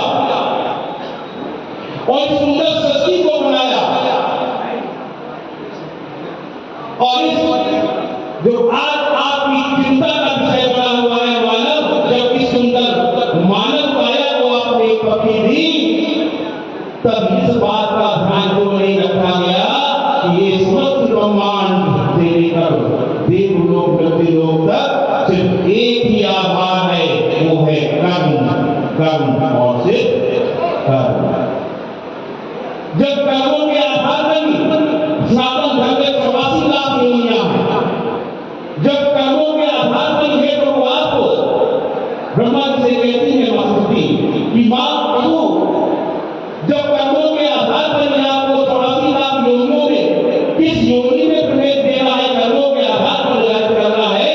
तो इस बात को आपको भूल गए कि कर्मों के आधार पर बताने वाले देवता कहाँ हैं। जब कर्मों के आधार पर किसी के लालन पालन में अपार सुख संपत्ति देनी है और किसी को दान दुख देने हैं, एक कर्मों के आधार पर निर्धारित होना है, तो ये बताने वाली देवता कहाँ है। जब कर्मों के आधार पर मोक्ष प्रदान करना है, तो महादेव आपको ये बताने वाले देवता कहाँ है। इसलिए आपको ब्रह्मा जी की ओर आंसू देते हुए कहती है, ये प्रभु आपको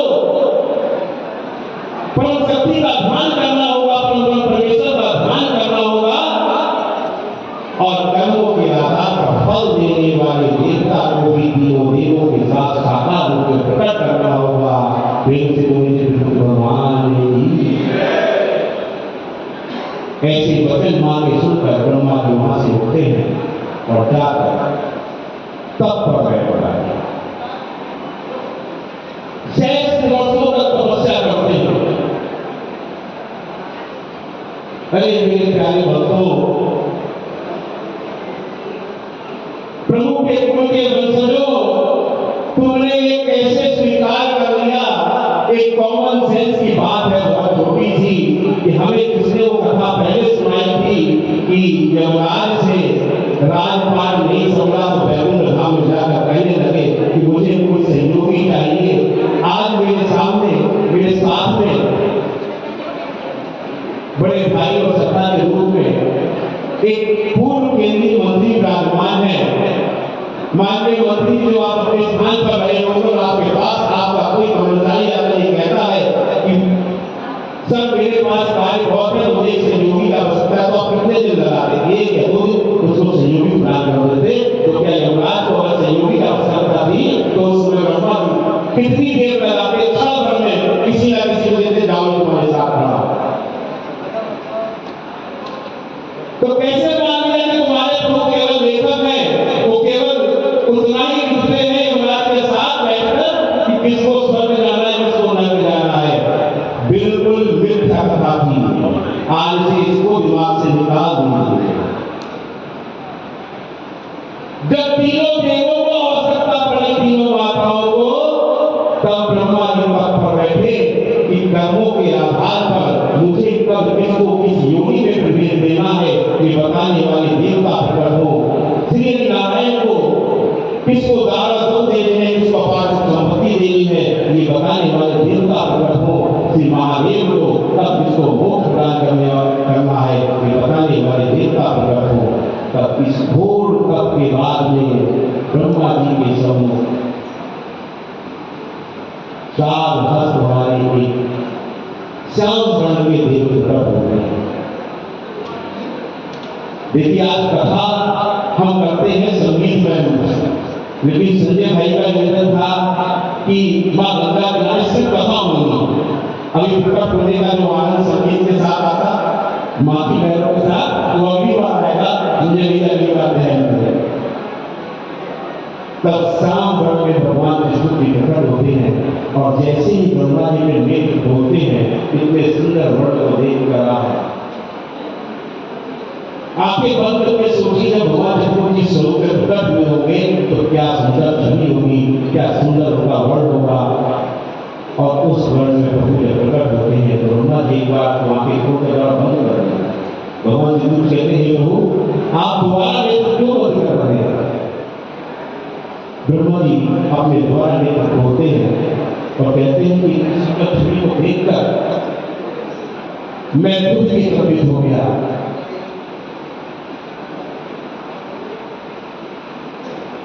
तो भगवान विष्णु जी कहते हैं कि हे प्रभु, ऐसी घोर कौन सी आपदा आ पड़ी जिसके लिए आप इतने बड़े पद पर यहाँ पर बैठे हैं? ब्रह्मा जी भगवान विष्णु जी से कहते हैं कि हे प्रभु, इस संसार में हमने जो सुंदर सृष्टि बनाई और जिस धर्म के आधार पर हमने मानव जाति को बनाया है, इस मानव की को स्थापित किया। ये धर्म जो है वो कर्म प्रधान है। कर्मों के आधार पर ही मुझे किसको किस योनि में भेजना है, कर्मों के आधार पर ही जन्म होना है, किसको अपार संपत्ति मिलनी है, किसको दान मिलने हैं, वो कर्मों के आधार पर मोक्ष देना है। ये बताने के लिए जब तक आप स्वयं परम परमेश्वर की 24 शक्ति है भगवान के परम परमेश्वर की 3 शक्ति पहले विराजमान है धाम में, जो ब्रह्मा विष्णु महेश रूप में हम लोग की पूजा करते हैं, और 24 शक्ति भगवान श्री चित्तबुद्धि ब्रह्मा जी के समूह प्रकट हो जाते हैं। कहते हैं कि ये प्रभु अगर दंड देने का भी कार्य करना था तो मेरा अंश जिसको नष्ट कर देने के लिए मैंने यमराज का स्वरूप दिया हुआ है। आप सब लोग इनकी बहुत बड़ा भोग सुनिएगा। वैसे तो कुशेष जी ने आपको 14 नाम पूरे भगवान जी के सुनाए थे, लेकिन एक मूल मंत्र जो तैयार किया गया वो यमाए धर्म राजाए चित्र बताए गए मंत्र सीधे यही बता रहा है वही यम है, वही धर्मराज है, वही तीनों कार्य बड़ी सरलता के साथ मैं कपाली और समझाते हैं। बाद कुशेष जी ने बताए कि एक जिले का कलेक्टर होता है, 3 पद लेके बैठा होकर स्वीकार करते ही करते हैं। ऐसे ही वैकुंठ धाम में ब्रह्मांड के अंदर भगवान श्री चित्रगुप्त जी तीनों रूप में कार्य कर रहे हैं। जब पुरस्कार देना है तो चित्रगुप्त जी है, जब दंड देना है तो धर्मराज है, जब दंड देना है तो वही धर्मराज है। कोई किसी के वंशी नहीं है, खुद स्वयं है, उनको स्वयं करना है। और वैकुंठ धाम में तीनों देवों की सरकार है। ब्रह्मा जी जब अपनी कथा सुनाते हैं तो भगवान श्री चित्रगुप्त जी कहते हैं प्रभु जिन मानव को आपने जन्म दिया उनके माता पिता तो आप ही हैं, आप और माता सती को भी जन्म देते, आप ही जन्म को देते। तो भगवान ब्रह्मा जी कहते हैं कि माँ होती, माँ की जो करुणा है, माँ सती अपने बच्चों को वो दंड नहीं दे सकती जिस प्रकार के उसको दंड कर रहे हैं, जिस प्रकार के वो करते आज प्रतिरोध पर कर रहे हैं, प्रतिरोध पर कर रहे हैं। उन सबको दंड देने के लिए माँ का जो हृदय है, जो माँ को गुस्सा आदमी को क्या करता है, बच्चे से नाराज हाथ में जो आया पेट में मार दिया, हल्के से बच्चे को लग गया जाके बाहर कर दिया, अपने हृदय से लगा लिया, फिर भी इस बात को जाके कोई क्या रखा है, फिर रसगुल्ला रखा है, हलवा रखा है, खा ले, यही करती है ना। माँ को गर्व ज्यादा होता है। तो वही प्रभु कहते हैं कि माँ की ममता जो है वो दंड देने को उसके आगे आ जाती है। माँ का जो प्रेम है, माँ की जो गाढ़ता है, माँ उस रूप में दंड नहीं दे सकती जिस प्रकार के आज ये पापी दंड की भागी होती है। और अब भगवान चित्रगुप्त जी आपको कोई भी दुख की आवश्यकता नहीं है। आपका सहस्र वर्षों से वैकुंठ धाम में सभी लोग बड़ी बेसब्री से भिक्षा कर रहे हैं, सभी देव वहां विराजमान है। आप वैकुंठ धाम जाइए और वहां पर विराजमान होकर सृष्टि संचालन में जो सहयोग आपकी आवश्यकता है कर्मों के आधार पर उस कार्य की बात करें। ब्रह्मा जी के ऐसे वचन सुनकर भगवान श्री चित्रगुप्त जी उस तपोभूमि से जहां पर वो तप कर रहे थे वहां से उनके साथ ब्रह्मा जी के साथ वैकुंठ धाम में पधारते हैं। चारों ओर सामने महादेव और शक्ति के साथ विराजमान है अपने आसन पर। एक ओर श्री नारायण और लक्ष्मी के साथ विराजमान है, एक शक्ति अपने आसन पर विराजमान है। प्रतीक्षा कर रही है कब मेरे प्रभु आएंगे और कब प्रभु के साथ भगवान श्री चित्रगुप्त जी यहाँ पर वैकुंठ धाम में पधारेंगे। और जब प्रभु वहां पधारते हैं चारों सभी देव ऋषि मुनि गंधर्व ग्रह नक्षत्र सब खड़े हैं। चारों ओर जय जयकार हो रही है। बोले चित्रगुप्त भगवान की।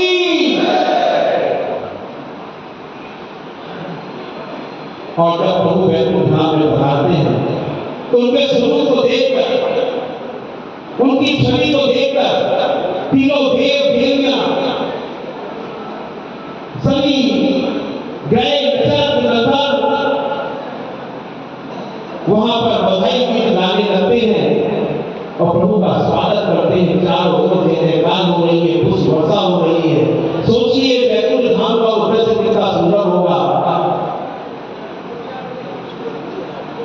तीनों माताएं तो इतना प्रसन्न है, मान लो उनको कोई उनका बिछड़ा हुआ भाई मिल गया हो जो आज सृष्टि को व्यवस्थित रूप से चलाने के लिए तीनों देवों का सहयोग करने के लिए वैकुंठ धाम में आ रहा है।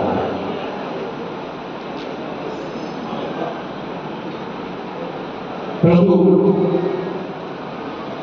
वैकुंठ धाम में आकर सभी देव देवियों को प्रणाम करते हैं। समस्त देव ऋषि मुनि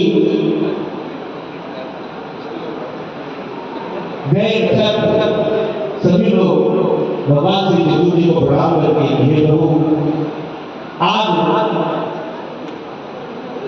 देवलोक से मृत्युलोक तक जितनी भी समस्याएं थी उनका समाधान करने के लिए आप आज वैकुंठ धाम में पधारे हैं और प्रभु की महिमा का प्रधान करने लगते हैं, प्रभु की जय जयकार करने लगते हैं।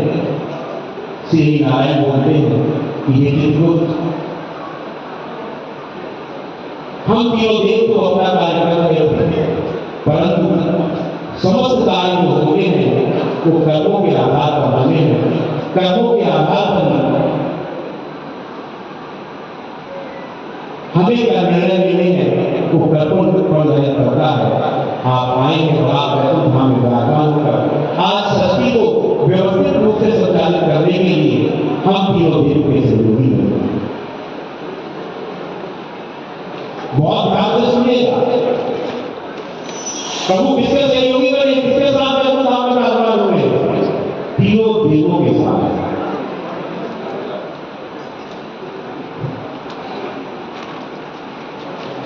और हमें इसीलिए कुछ बता दिया, हम लोग उसको मान दिया। श्री नारायण कहते हैं कि हे प्रभु, हम तीनों देवों के सम्मुख सृष्टि संचालन में जो विभाग उत्पन्न हुए वो आपके संचालन में उत्पन्न ना हो, इसलिए आज से जितने भी ये ऋषि मुनि देव यहाँ विराजमान हैं, ये दशक ये ब्रह्मे आपके सामने विराजमान है, ये सब आपके अधीन कार्य है। और आज से आप ही देवलोक से लेकर मृत्युलोक तक समस्त प्राणियों ध्यान देने केवल मानव जाति के लिए नहीं, समस्त प्राणियों और देवों को दंड देने का अधिकार जो है वो आपके पास रहेगा। इसीलिए भगवान विष्णु जी कौन है? जगत न्यायाधीश।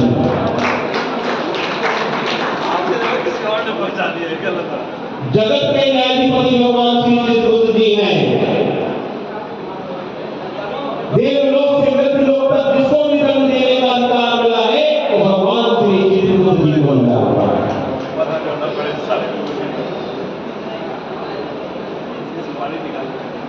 एक व्यक्ति का जन्म सुबह 4 बजे होता है, केवल एक ही व्यक्ति नहीं होता, पूरे संसार में लाखों लोग उस समय पर जन्म लेते हैं और उनमें से एक बालक देश का प्रधानमंत्री और राष्ट्रपति तक बन जाता है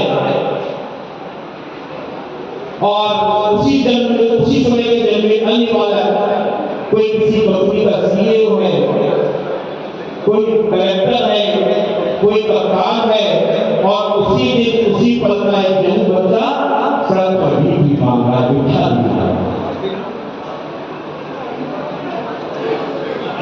तो प्रभु श्री नारायण ने जो कहा था कि समस्त ग्रह चक्र आप लोग जब आपके बच्चों का जन्म होता है कुंडली बनवाने जाते हैं, कुंडली बनवानी चाहिए। जब कानपुर में मेरी कथा चल रही थी तो जब ये सब सुने तो वहां के डिप्टी एसपी साहब मंच पर आए हुए जब खालसा को प्रणाम किया, वो बहुत बड़े जोश से कहा, बोले महाराज जी, मैं एक से बड़े विद्वान की अपने अधिकारी कुंडली में स्वयं बनाता हूँ, और आज तक मुझे इस बात का ज्ञान नहीं था, और आपने बिल्कुल सत्य कहा, कर्मों के आधार पर फल है। और एक बालक सेम उसी क्षण 4 बजे कर दे रहा, लेकिन हो क्या रहा, वहां पर सिर्फ एक क्षण बदला जा रहा है, फल बदला जा रहा है।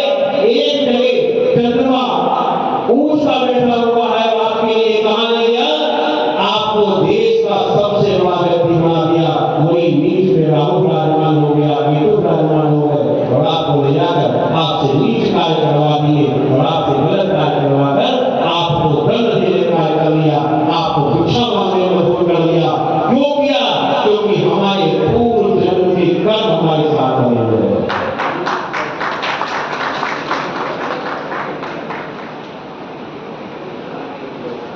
आज जो मां गंगा के सामने आप सबको कथा सुना रहे हैं, मां गंगा के पुत्र विष्णु पितामह जी बाणों की सैया पर विराजमान तुलसी जी बता रहे थे, कथा में सुनाता हुआ बताते हैं, जब वो सैया पे विराजमान थे और उनकी जो मृत्यु, वैसे इच्छा मृत्यु प्रदान को मिला हुआ, लेकिन फिर भी वो मृत्यु उनके निकट नहीं आ रही। उन्होंने सिंह को याद किया कि हे प्रभु नारायण, ऐसा कौन सा पाप हुआ जो मेरे प्राण नहीं निकलने तक मेरे निकल नहीं आ रही है। तब श्री नारायण भगवान जी को आमंत्रित करते हैं, तो आप ही बताओ कि भीख का गंगा से ऐसा कौन सा पाप हुआ जिस कारण से आज मृत्यु मेरे निकल नहीं आ पा रहा है। तब भगवान विष्णु जी कहते हैं कि हे पितामह, आपसे ऐसा क्या पाप हुआ कि आप ही बता दीजिए। बोले मैंने अपने 100 जन्मों को यहाँ पर लेटे लेटे देख लिया, तो भगवान विष्णु जी का उसे एक जन्म की सेवा चाहिए। आपकी यात्रा के सामने आपके सर्प आ गया था और आपने उस सर्प को हटाया था। बोले प्रभु मैंने तो यात्रा की वो कुचलना चाहे मुझे, क्योंकि हाथी के घोड़े के पैर ना पड़ जाए, इसलिए उस सर्प को एक तरफ कर दिया था। बोले आपने एक तरफ में बाण उठा उसको फेंका था, तो जाकर कांटों के एक झाड़ी में फंस गया था, और जब तक निकलने का प्रयास कर रहा था तब तक उसके कांटे टूटते चले जा रहे थे। उसने बहुत प्रयास किया, लेकिन उसकी मृत्यु इसी प्रकार से हुई जिस प्रकार से आज आपके शरीर के अंदर एक कांटे टूटे हुए हैं। तो पाप आपका, क्योंकि आपने 100 जन्मों में कोई ऐसा कार्य नहीं किया कि आपको उसको दंड दिया जा सके, लेकिन इस बार आपने जो पाप किया है, अपनी इन नेत्रों से आपने अपनी कुलवधु का चीर आपने अपनी प्रतिज्ञा के आगे आज जो देखा है कि आपने प्रतिज्ञा पूर्ण करने के लिए धर्म के रास्ते पर रहकर अधर्म का साथ दिया है। तो इस बार जो पाप आपका 101 जन्म होने वाला इस इंतजार में था वो पूर्ण हुआ, और आपको उस पाप का फल इस योनि में भुगतना पड़ रहा है, क्योंकि आपने अपने नेत्रों से भी पाप होते हुए देखा है और स्वयं आपने धर्म का साथ दिया है।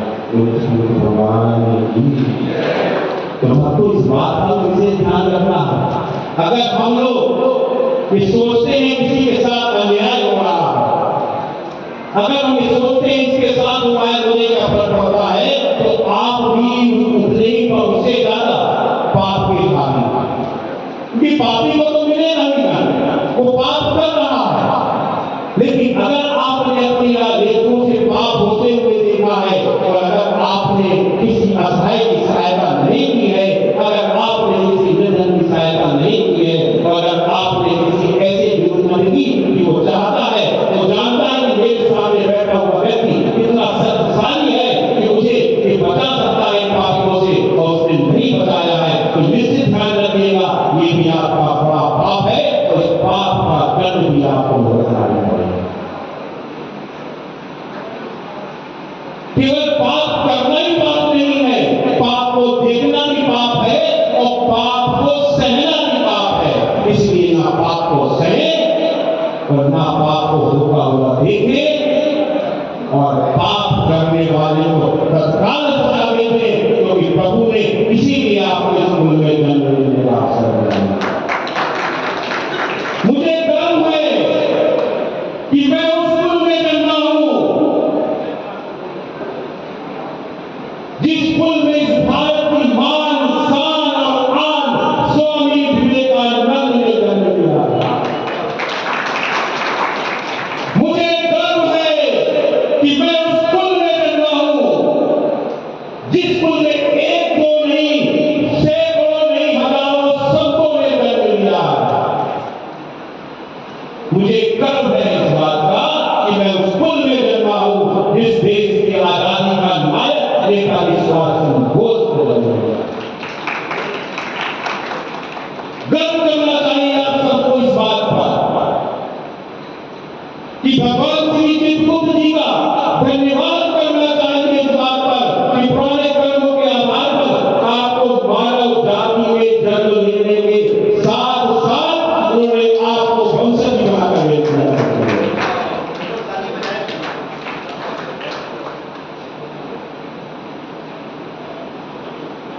और साथ में इस बात का भी ध्यान रखना चाहिए कि अगर मानव जाति में आपने जन्म लिया है तो प्रेम, सद्भाव और सहयोग के लिए जन्म लिया है।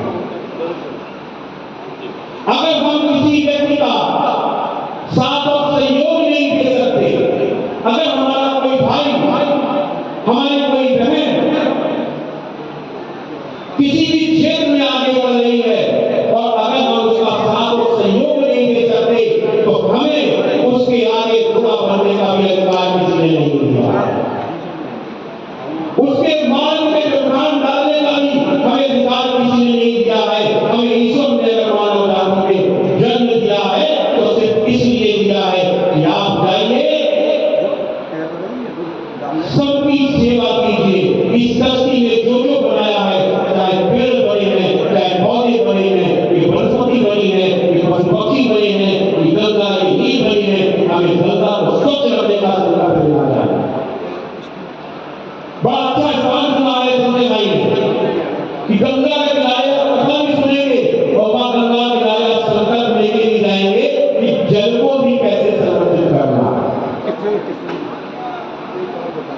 तो प्रभु श्री हरि रामायण में भगवान श्री चित्रगुप्त जी से कहा कि एक गए और नक्षत्र और समस्त देव ऋषि मुनि आपके आधीन कार्य करेंगे।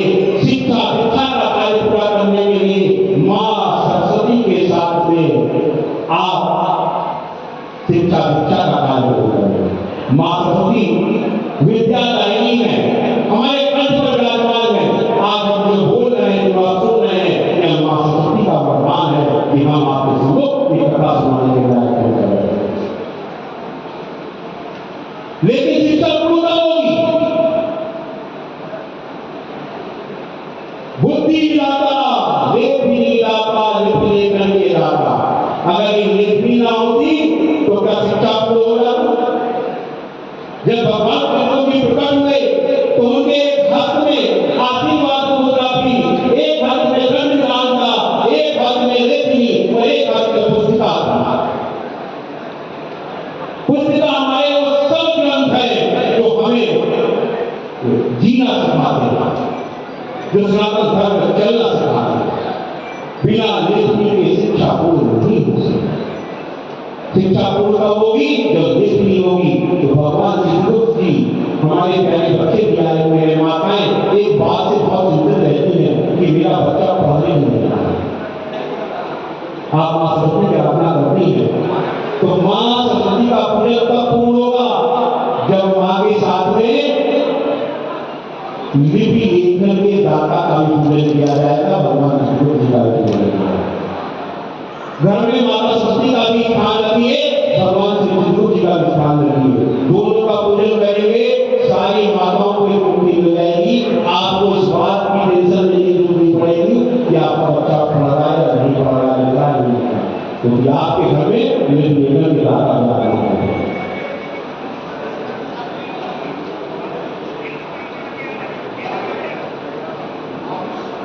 सारी माताएं अपने बच्चों को लेकर चिंतित रहती हैं कि पिता दिवस अपने कर्म में अपने कार्य में रोजी रोटी की कार्य में लगे हुए हैं, शिक्षा दीक्षा की फीस जमा कर उस कार्य में लगे हुए हैं, तो माताओं का चिंतन ज्यादा होता है, चिंता ज्यादा होती है। तो सबसे पहले आप लोग ध्यान दें माँ के साथ बहुत जिस प्रकार से माँ लक्ष्मी को बनाने को महाप्रभु गणेश अपने दिया जाता है, लक्ष्मी गणेश का अपने साथ साथ होता है, उसी प्रकार से माँ लक्ष्मी के साथ भगवान जरूर जी का करने लगता है। प्यारे दोस्तों, भगवान श्री कृष्ण की पीठ वृंदावन में स्थापित हो रही है, संसार की प्रथम पीठ है, लगभग 15 एकड़ भूमि जा चुकी है। पीछे श्लोकों में विराजमान है, एक बार आप खड़े हो जाइए अपने स्थान से। और बड़ी अच्छी बात है कि आप अखिल भारतीय कायस्थ महासभा के संगठन मंत्री हैं, सबको संतुष्ट करने का प्रेम का कार्य कर रहे हैं। आप भूमि लेने के बाद प्रथम भूमि पूजन से लेकर आज तक कोई पूजन नहीं है जो आपने छोड़ा हो, हर पूजन में पहुंचते हैं। और दो बात और है, हम ना हो या ना हो, अगर आप वृंदावन गए हैं तो पीठ के कार्यों का जाके समीक्षा भी करके आते हैं। एक बार जोड़ा तालियां पीछे से आपको निकलने वाली चाहिए। और आप ये जानते हैं वहां पर पीठ तो नहीं है। जब 2013 में मां गंगा के किनारे प्रथम स्थान पे प्रभु जी कपाली जी महाराज का चित्र लगा हुआ है।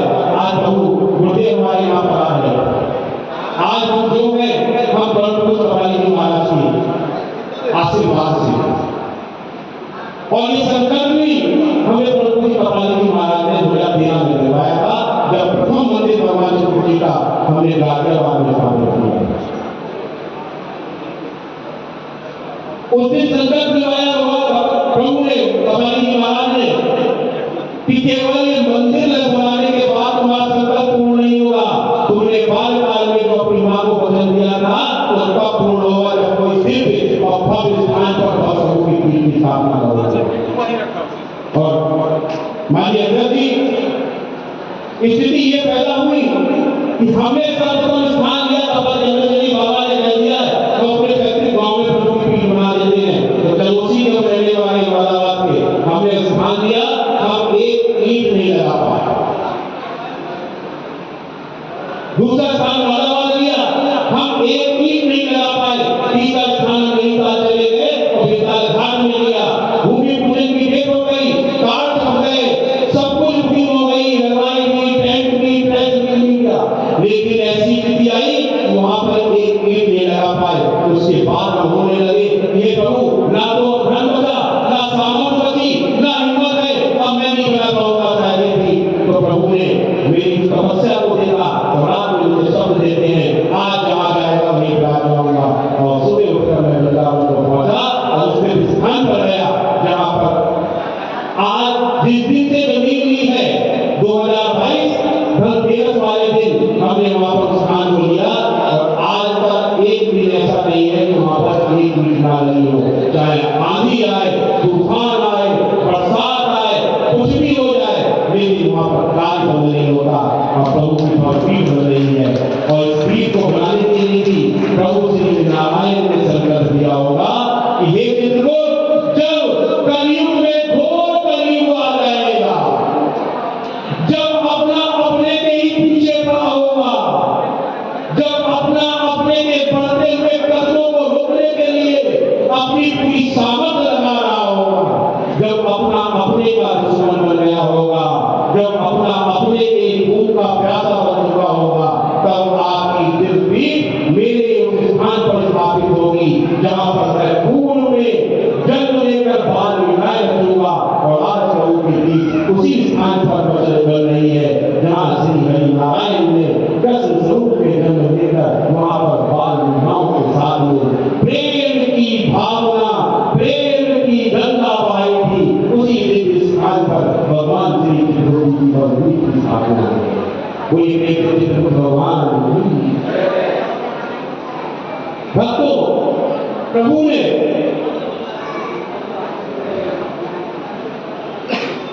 भगवान कृष्ण जी जब वैकुंठ धाम में विराजमान हो जाते हैं तो महादेव कहते हैं कि तुम्हारा केवल कार्य संचालन का ही नहीं है, सृष्टि उत्पत्ति में भी आपको सहयोग करना होगा। और उसके बाद भगवान श्री कृष्ण के दो विवाह होते हैं, माता लीलावती माता के साथ विवाह होते हैं और उनके 12 पुत्रों की संतान जो आज यहाँ पर विराजमान है।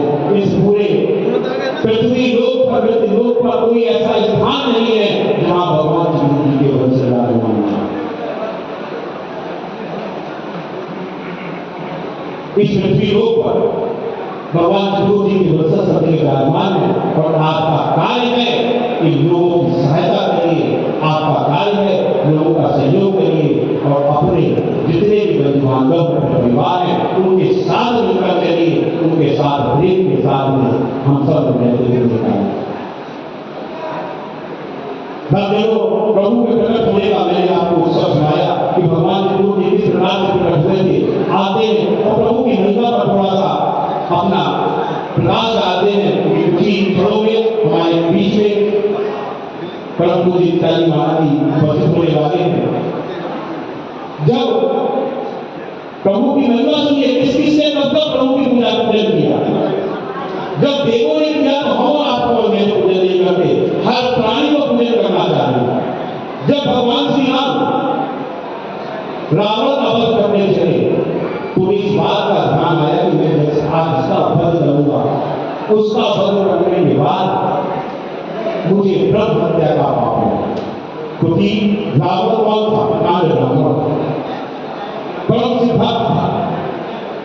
जब भगवान श्री राम को इस बात का ज्ञान हुआ तो प्रभु ने भगवान श्री राम को रामेश्वर एक यज्ञ किया और यज्ञ में भगवान विष्णु जी का आह्वान किया। प्रभु प्रकट हुए। भगवान विष्णु जी के प्रकट होने के बाद भगवान श्री राम ने कहा कि हे प्रभु, आज मैं जिसका वध करने जा रहा हूँ वो एक अधर्मी है, वो पापी है, अधर्म और अधर्म का युद्ध कर रहा है, इसलिए मेरे हाथों से वो हत्या होगी। ब्रह्म हत्या के पाप से आप मुझे मुक्ति दीजिए, क्योंकि मैं जिसका वध करने जा रहा हूँ उसने घोर पाप किया है, उस अधर्म का नाश करेगा। और भगवान विष्णु जी ने वहां पर भगवान श्री राम को कहा कि हे राम, मैं आपको इस पाप दोष से तो मुक्त कर सकता हूं, लेकिन साथ साथ आप इस बात का भी ध्यान रखिएगा कि वह परम सिद्ध भक्त है। इसलिए जब आप माता सीता को लेकर वापस आए तो यहाँ पर आकर शिवजी को स्थापित करके भगवान भोलेनाथ की आराधना करिएगा, ताकि भगवान भोलेनाथ से विश्वास करिए आप हमारे भक्त की हत्या करें। रामेश्वर में भी भगवान श्री विष्णु जी ने आशीर्वाद दिया। जिस प्रकार से 9वीं शताब्दी में तमिलनाडु के कांचीपुरम में चोल वंश के राजाओं ने तब भगवान विष्णु की स्थापना करवाई। जब बिल्कुल वंश का अंत होने वाला था तब वहां विद्वानों ने बताया कि तुम्हारा वंश क्या है, तो तुम अपने वंश को बचाने के लिए भगवान श्री विष्णु की स्थापना करो। तो भगवान श्री विष्णु का 9वीं शताब्दी में वहां पर भगवान विष्णु जी का मंदिर वहां पर दर्शन करके आए हैं। तो 9वीं शताब्दी चोल वंश द्वारा स्थापित किया। 16वीं शताब्दी में राजपुर में पटना में मंदिर उसकी स्थापना करी। और जब भगवान श्री राम का राज तिलक हो रहा था उस समय प्रभु को निमंत्रण देना भूल गए, और जब निमंत्रण नहीं पहुंचा तो प्रभु नाराज हो गए। दीपावली के बाद बहुत से आपको पूजन करते हैं, 2 दिन तक हमारे यहाँ नहीं जलाई जाती, वो उसकी मान्यता ही नहीं है कि तब दीपावली पे भगवान विष्णु जी ने अपनी लेखनी को रख दिया। और जब इस बात का सदैव को पता चला, भगवान श्री राम को मालूम हुआ किसी भूलवश भगवान विष्णु का निमंत्रण नहीं दिया, तब उन्होंने सही नदी के किनारे बैठकर पूजन करा और प्रभु की यात्रा करी। तब भगवान श्री विष्णु जी ने प्रसन्न होकर लेखनी उठाई और उनको देवों ने पूजन किया। समय समय पर हर जगह आराधना होती है और केवल हम ही नहीं कहते, नवग्रह पुस्तकों में लिखा है लिखा प्रेस की कि जब जब हमारे घर में पूजन होता है नवग्रह का पूजन कब संपूर्ण होगा, जब भगवान श्री विष्णु जी का पूजन संपूर्ण होगा।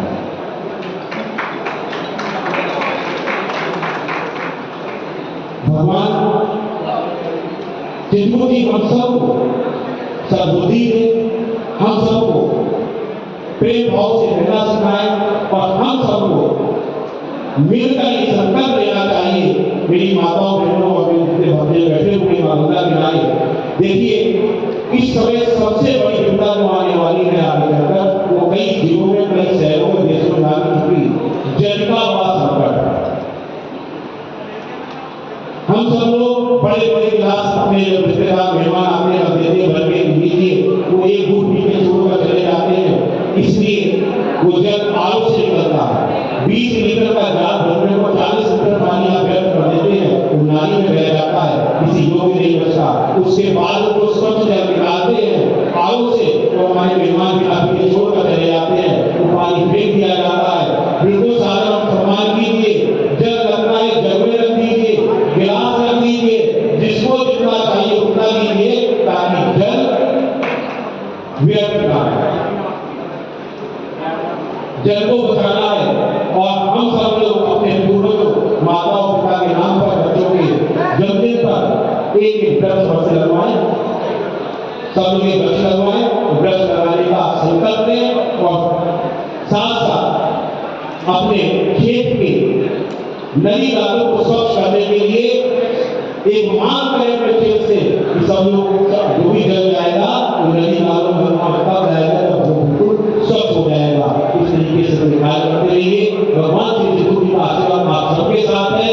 आज कथा क्योंकि पूर्ण हुई है, कथा हुई है, संगीत के बिना कथा का आनंद नहीं आता है। आज मैं अपने सब लोगों के अलावा सब बच्चे आज उनसे कि लोग क्या करना है, तो आगे जो कथा होगी वो दूसरे कथा का जो है दूसरे कुछ लोग आए भाई करने की बात हम चाहते हैं उसको सब जगह हो, उसी प्रकार का आयोजन करिए। तो बड़ा अच्छा लगा दूसरे इस प्रकार से आगे जो कार्यक्रम हो आप लोग उसी प्रकार से बहुत झूठी और वर्णनों से करिए। मंच पर केवल समाज की बात ना हो, और ये भी बताइए सब जगह भगवान श्री विष्णु जी केवल इस जाति विशेष के नहीं है, भगवान श्री विष्णु जी सब समाज के हैं, सब समाज के प्रभु हैं, हम सब के प्रभु हैं, हम सबको आदर करनी चाहिए। हर मन से के संकल्प के साथ में आप अपने इस कार्य को सिद्ध करवाते रहिए, और हम लोगों को यथा संभव सहयोग होगा, हम सभी करते रहेंगे, सब भी उपस्थित होते रहेंगे। आप सबके कार्यक्रम में उसी प्रकार से जो प्रेम से भगवान की आज की कथा को हम यहाँ पर विश्राम देते हैं, और आप सभी लोगों को प्रभु का आशीर्वाद प्राप्त हो। मन में, हृदय में, स्वच्छ भावना के साथ में हमें गाने के साथ कहते हैं आज जो मान